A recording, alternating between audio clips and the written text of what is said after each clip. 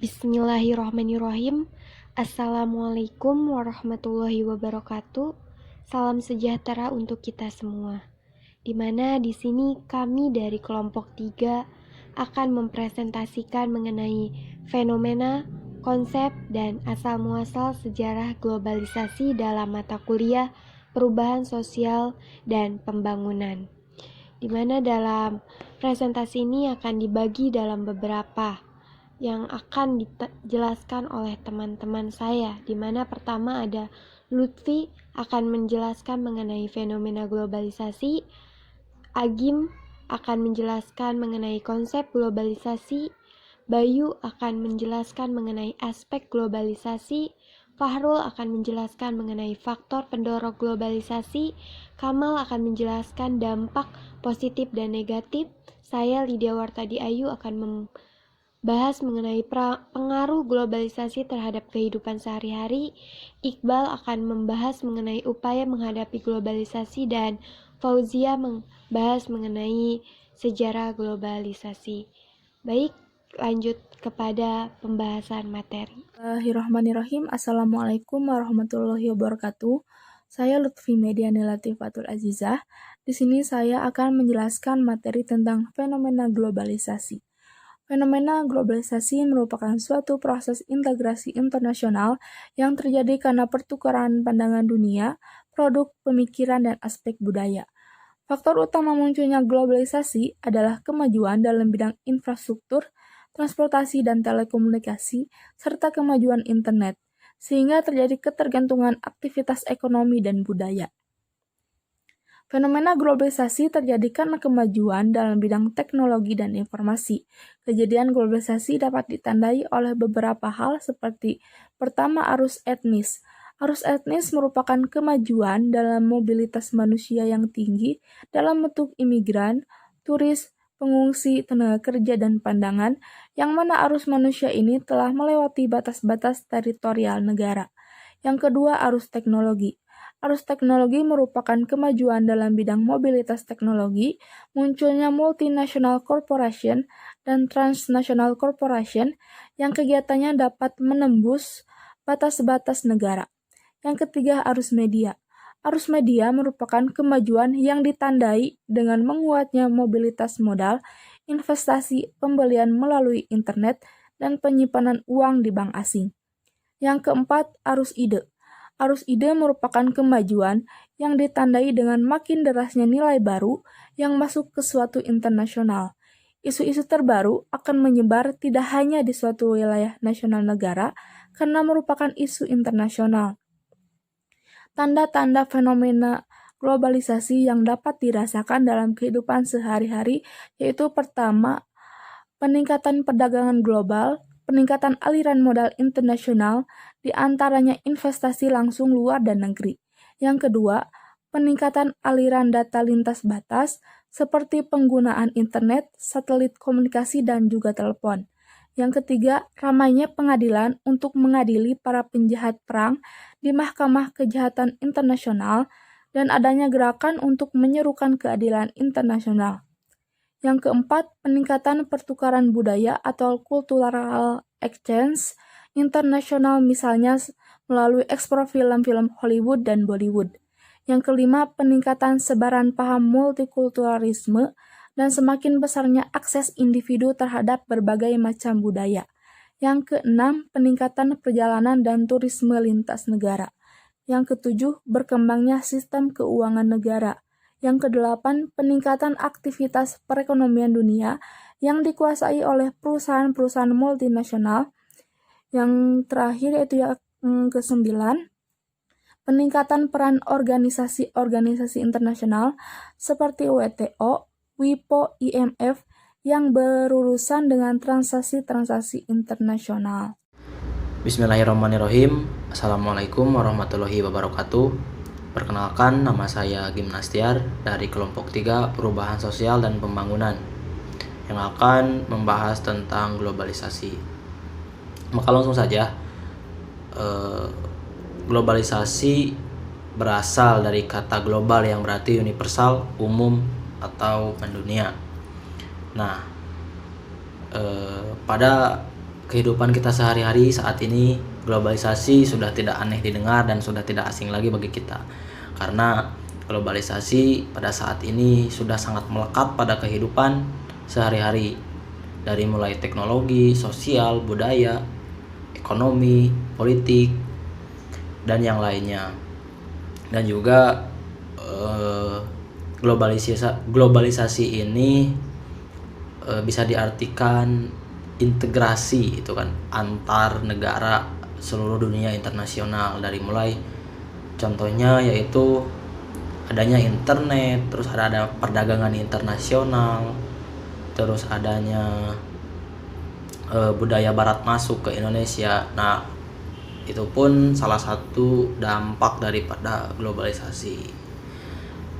Langsung saja kepada selanjutnya, yaitu konsep globalisasi gitu kan. Konsep globalisasi dapat dengan mudah dipahami melalui penggalan kata global yang berarti lintas batas atau secara universal, secara luas, dan sasi merujuk pada perubahan atau proses. Nah, dari sini pun kita dapat artikan bahwasanya global ini berarti sangat luas dan universal gitu kan. Ini merujuk kepada perubahan atau suatu proses. Maka konsep daripada globalisasi ini sangat luas gitu kan. Atau ketika kita berbicara tentang konsep, maka hal itu secara abstrak mengenai atau yang saling berhubungan keterkaitan daripada globalisasi ini.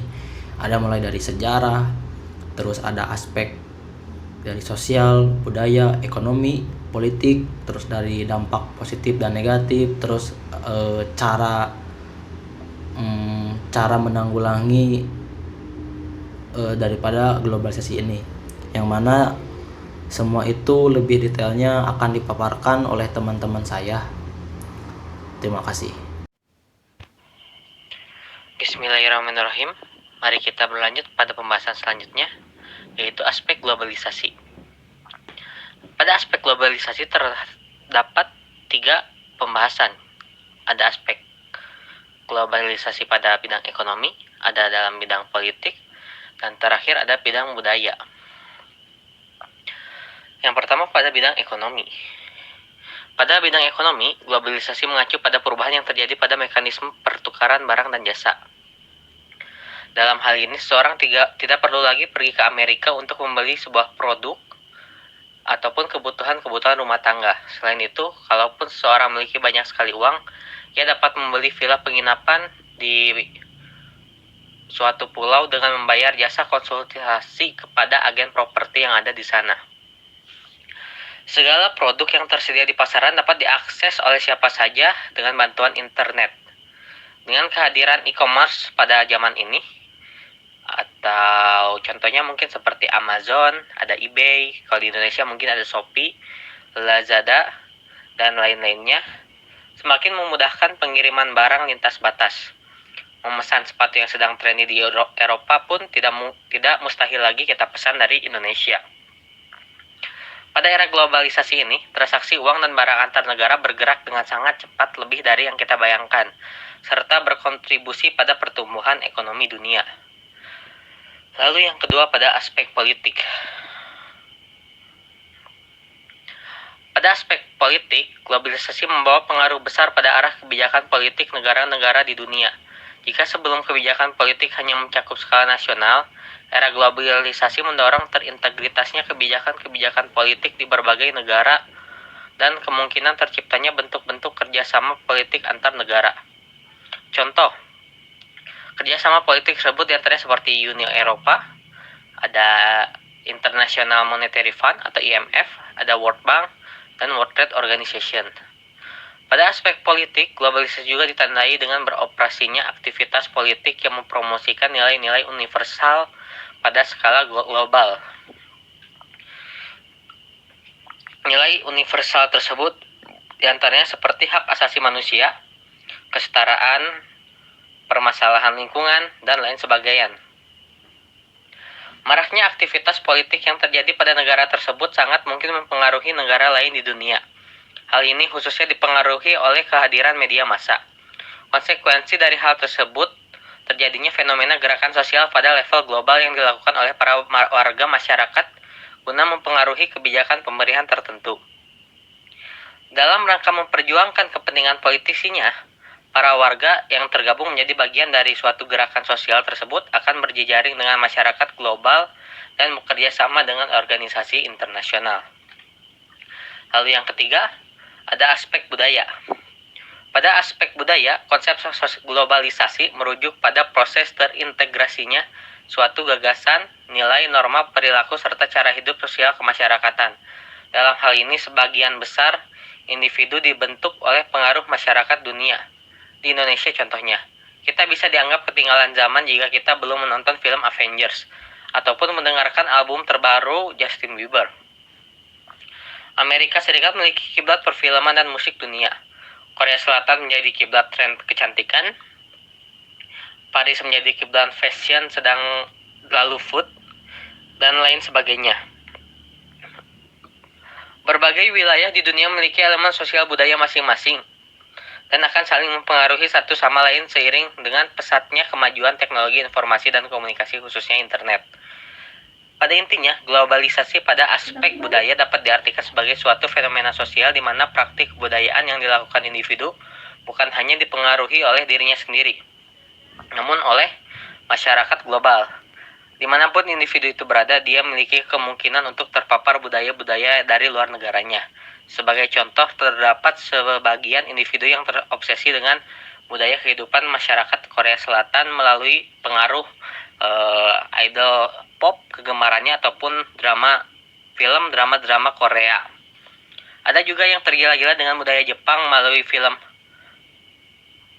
anime yang ditontonnya setiap hari. Adapun tak jarang para wanita Indonesia berusaha merubah ketampilan hidupnya menjadi mancung dan berkulit putih karena terbiasa mengikuti keseharian para artis Hollywood kegemarannya di sosial media. Mungkin sekian pembahasan dari saya. Akan dilanjutkan oleh saudara saya untuk membahas faktor pendorong globalisasi. Lalu materi yang selanjutnya yaitu tentang faktor pendorong globalisasi. Globalisasi tidak serta-merta tercipta dengan sendirinya. Terdapat dua faktor utama yang mendorong terjadinya globalisasi tersebut, yaitu yang pertama, perkembangan teknologi informasi dan komunikasi. Faktor pendorong utama globalisasi yaitu kemajuan teknologi informasi dan komunikasi yang terus memudahkan proses pertukaran informasi dari berbagai pelosok dunia. Kemajuan teknologi tersebut yang membuat semakin kaburnya batas-batas geografis antar negara di dunia karena semua informasi yang individu butuhkan dapat tersedia dalam genggaman dan hanya dengan sekali klik. Kehadiran ponsel pintar serta internet koneksi 5G ini merupakan contoh dari perkembangan teknologi yang mendukung globalisasi terus terjadi.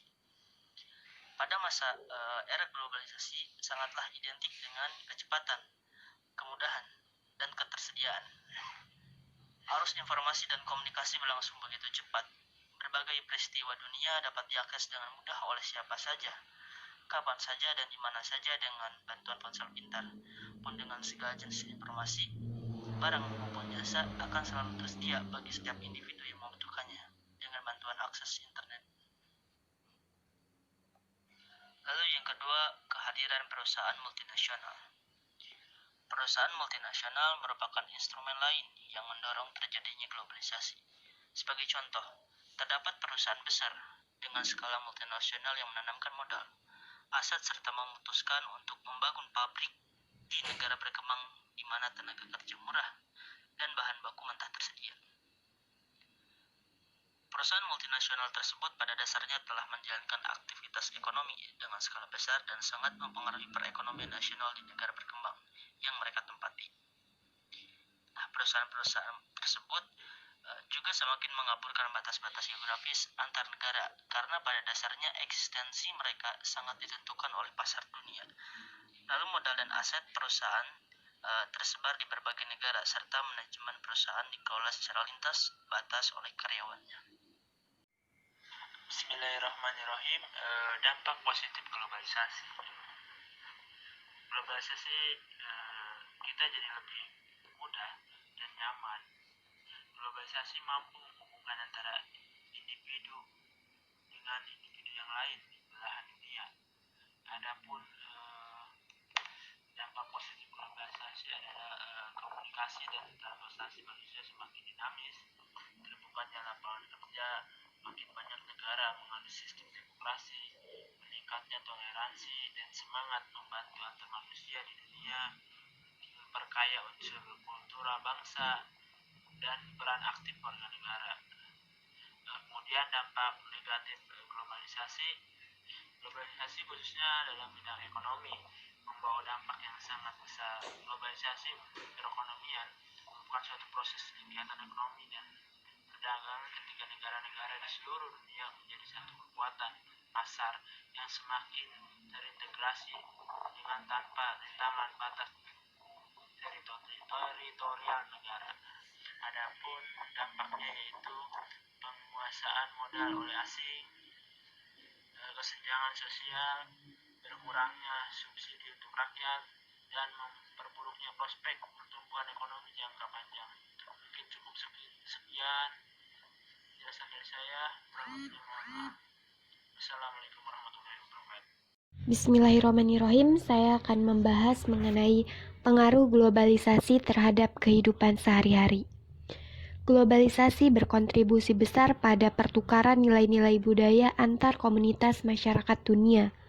Kebanyakan negara tidak lagi dapat berdiri sendiri, melainkan terintegrasi ke dalam sistem dan nilai-nilai masyarakat global. Dalam hal ini, media memiliki peran besar dan menjadi alat dalam menyebarluaskan nilai-nilai tersebut. Keberadaan media seperti TV, radio, atau HP, koran, majalah, lainnya sebagainya telah melahirkan ikatan serta kontak budaya antar manusia yang berbeda negara. Adapun komunikasi dan perkembangan ilmu pengetahuan juga turut membantu menjembatani jarak budaya antar negara-negara di dunia. Meskipun interaksi antar konsep globalisasi dan budaya memperlihatkan pengaruh positif di mana telah terjadi pertukaran nilai budaya. Namun demikian, perlu disadari bahwa globalisasi berpotensi untuk mempengaruhi tergerusnya identitas budaya lokal. Generasi Indonesia khususnya tidak sedikit di antara mereka yang terbawa pengaruh budaya asing. Misalnya dari aspek kehidupan sehari-hari, seperti mereka seperti merek pakaian favorit, genre lagu favorit, film favorit, atau sekedar preferensi makanan. Sebenarnya, tanpa kita sadari, setiap tindakan yang kita pilih sehari-hari sangat dipengaruhi oleh apa yang kita konsumsi melalui media. Adapun, globalisasi pada dasarnya juga melahirkan asimilasi atau pertukaran budaya, yakni di mana budaya-budaya minoritas akan terbawa arus budaya yang lebih besar. Hal ini tersebut cenderung mengancam keberadaan budaya serta identitas lokal. Sebagai contoh, kebudayaan generasi muda akan cenderung mendengarkan genre musik elektropop khas Billie Eilish dibandingkan musik dangdut atau gemelan atau musik khas kampung halaman orang tua misalnya. Contoh lain, para milenial akan cenderung menggabungkan bahasa Indonesia dan bahasa Inggris dalam percakapan sehari-hari agar terlihat keren. Bahasa-bahasa daerah tentunya dianggap tidak begitu penting. Begitu. Assalamualaikum warahmatullahi wabarakatuh. Saya Muhammad Iqbal Febriansyah akan melanjutkan materi selanjutnya tentang upaya menghadapi globalisasi. Globalisasi memanglah sangat identik dengan nilai-nilai modern. Banyak dari bagian masyarakat yang berlomba-lomba menjadi masyarakat modern, menjadi masyarakat dunia. Entah itu mengikuti tren kultur pop, fashion, akademis, sains, ataupun yang lainnya. Karena pada hakikatnya memang manusia berubah diri menjadi manusia modern, tetap mencoba relevan agar tetap diakui olehnya. Pada prinsipnya, prinsip dasar moral globalisasi, tidak ada yang salah dengan globalisasi dan peradaban modern, karena pada kenyataannya peradaban manusia hingga saat ini banyak terbantu dengan modernisasi seperti komunikasi dan teknologi. Kenyataan lainnya ialah bahwa modernisasi dan globalisasi merupakan arus yang tidak bisa diberhentikan dan mencakup segala aspek kehidupan manusia, mulai dari aspek politik, geopolitik, ekonomi, makro maupun mikro, dan yang lainnya. Oleh karena itu pentinglah bagi kita sebagai seorang akademisi agar mampu cermat dalam memilih mana nilai-nilai baru yang dapat kita akulturasikan yang baik dengan nilai-nilai lama kita yang juga baik dan masih relevan, juga bisa kita akulturasikan yang sehingga diharapkan mendapatkan nilai-nilai yang jauh lebih baik lagi, karena pada dasarnya ialah mengambil kebudayaan yang baik dan meninggalkan kebudayaan yang buruk. Karena banyak juga nilai-nilai modern yang dapat kita ambil dalam liberal dan liberalisme modern yang mengagungkan hak asasi manusia, pada nilai-nilai sosialisme juga tentang pentingnya kesejahteraan kaum bawah, nilai-nilai postmodernisme tentang anti rasismenya, dan nilai-nilai baru yang lainnya, nilai-nilai modern lainnya. Juga nilai-nilai lama seperti gotong royong. Maka dari itu kita diharapkan untuk tetap berpikir kritis mengenai nilai-nilai dan kebudayaan tadi. Juga selanjutnya kemampuan berpikir kritis juga tidak hanya digunakan untuk menyaring nilai-nilai, tapi juga tentang informasi yang sekarang ini begitu masif disebarkan di setiap media sosial, media massa dan lainnya. Dengan kita berpikir kritis, kita akan mampu mempunyai informasi yang lebih jernih, yang mana nantinya kita akan memiliki kontrol yang lebih baik atas perilaku dan tindakan sehari-hari, dibandingkan hanya dengan mengikuti tren yang ada. Hanya sekian yang dapat saya sampaikan dari saya. Sekian, akan dilanjutkan teman saya. Wassalamualaikum warahmatullahi wabarakatuh. Bismillahirrahmanirrahim. Saya Fauzia Azmi akan membahas mengenai sejarah asal-muasal globalisasi. Globalisasi pertama kali digunakan oleh Theodore Levitt pada tahun 1985 yang menunjuk pada politik ekonomi, khususnya politik perdagangan bebas dan transaksi keuangan. Menurut sejarahnya, akar munculnya globalisasi adalah revolusi elektronik dan disintegrasi negara-negara komunis. Disintegrasi negara-negara komunis yang mengakhiri Perang Dingin memungkinkan kapitalisme Barat menjadi satu-satunya kekuatan yang memangku hegemoni global. Itu sebabnya di bidang ideologi perdagangan dan ekonomi, globalisasi sering disebut sebagai dekolonisasi, rekolonisasi neokapitalisme, neoliberalisme. Banyak sejarawan yang menyebut globalisasi sebagai fenomena di abad ke-20 ini yang dihubungkan dengan bangkitnya ekonomi internasional. Padahal interaksi dan globalisasi dalam hubungan antar bangsa di dunia telah ada sejak berabad-abad yang lalu. Bila ditelusuri, benih-benih globalisasi telah tumbuh ketika manusia mulai mengenal perdagangan antar negeri sekitar tahun 1000 dan tahun 1500 Masehi. Saat itu, para pedagang dari Tiongkok dan India mulai menelusuri negeri lain baik melalui jalan darat seperti misalnya jalur sutra maupun jalan laut untuk berdagang.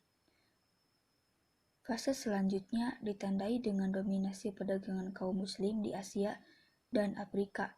Kaum muslim membentuk jaringan perdagangan yang antara lain meliputi Jepang, Tiongkok, Vietnam, Indonesia, Malaka, India, Persia, pantai Afrika Timur, Laut Tengah, Venesia, dan Genoa.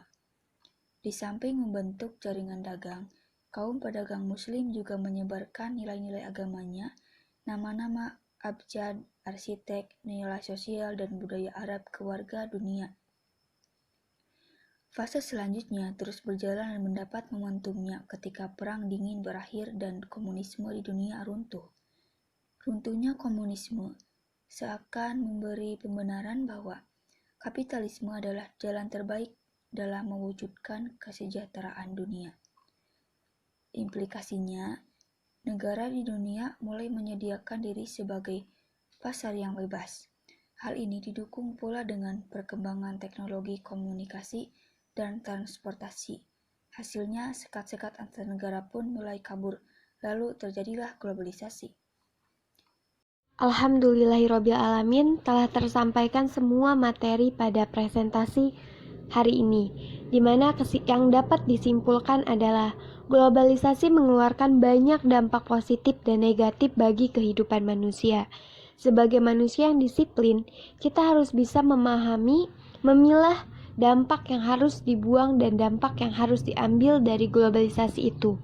Kita harus memikirkan dampak globalisasi ke depannya untuk masa depan kita. Kita harus tetap mementingkan kebersamaan dengan masyarakat yang lain dibandingkan dengan hal-hal lain. Meskipun negara Indonesia tidak sepenuhnya dapat menghindari dari era globalisasi ini, namun masyarakat harus bisa menyesuaikan diri dan tetap beragama dan bermoral. Tentunya, era globalisasi memiliki dampak negatif jika tidak disaring sesuai dengan nilai Pancasila. Parahnya lagi, globalisasi dapat menyebabkan kemunduran moral bagi masyarakatnya. Sekian dari kelompok 3, semoga presentasi ini dapat menambah wawasan kita dalam khasanah keilmuan. Mohon maaf bila ada kesalahan. Kami akhiri, wabillahi taufiq wal hidayah. Wassalamualaikum warahmatullahi wabarakatuh.